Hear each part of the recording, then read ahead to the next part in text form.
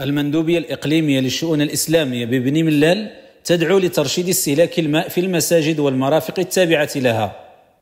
وجهت المندوبية الإقليمية للشؤون الإسلامية ببني ملال مذكرة لمتفقدي المساجد ومذكرة أخرى لمنظفي المساجد بإقليم بني ملال تدعوهم إلى ضرورة ترشيد استهلاك الماء في المساجد والمرافق التابعة لها.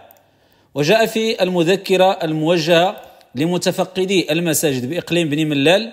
تحت موضوع حول ترشيد استهلاك الماء بالمساجد والمرافق التابعة لها سلام تام بوجود مولانا الإمام أيده الله. وبعد،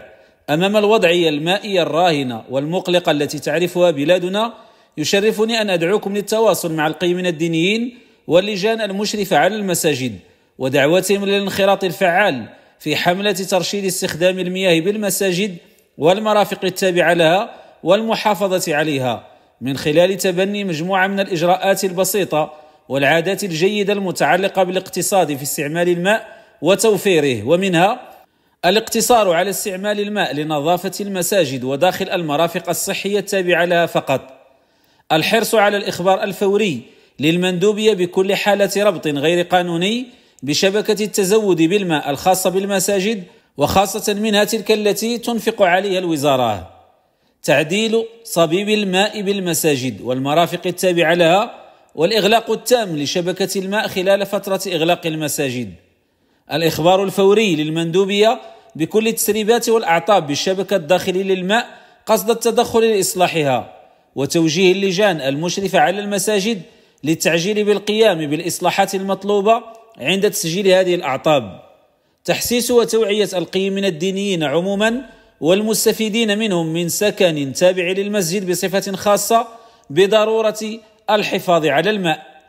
وجاء في المذكرة الموجهة للسادة المنظفين والسيدات المنظفات بمساجد إقليم بني ملال تحت نفس الموضوع حول ترشيد استهلاك الماء بالمساجد والمرافق التابعة لها نفس تقريبا النصائح والتوجيهات نعيد قراءتها. سلام تام بوجود مولانا الإمام أيده الله. وبعد، أمام الوضعية المائية الراهنة والمقلقة التي تعرفها بلادنا، يشرفني أن أطلب منكم الانخراط الفعال في حملة ترشيد استخدام المياه بالمساجد والمرافق التابعة لها والمحافظة عليها من خلال تبني مجموعة من الإجراءات البسيطة والعادات الجيدة المتعلقة بالاقتصاد في استعمال الماء وتوفيره، ومنها الاقتصار على استعمال الماء لنظافة المساجد وداخل المرافق الصحية التابعة لها فقط، الحرص على الإخبار الفوري للمندوبية بكل حالة ربط غير قانوني بشبكة التزود بالماء خاصة بالمساجد، تعديل صبيب الماء بالمساجد والمرافق التابعة لها والإغلاق التام لشبكة الماء خلال فترة إغلاق المساجد،